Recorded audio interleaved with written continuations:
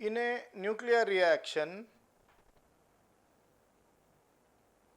X29785 is equal to Y plus 4 alpha, then what is the product Y?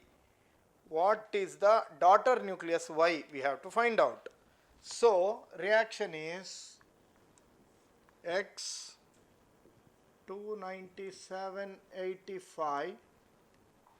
Y I don't know. Y is ZA. So this is its atomic number, A is its mass number. 4 alpha particles.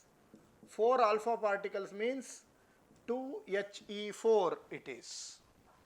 So if you consider here Z, if I have to consider, 85 should be Z plus 4 helium atoms, no?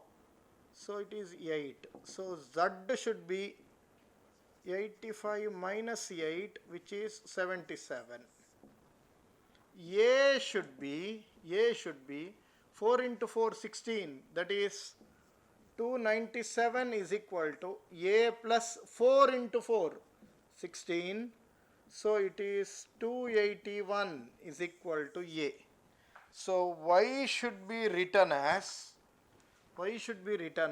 77 Y 281.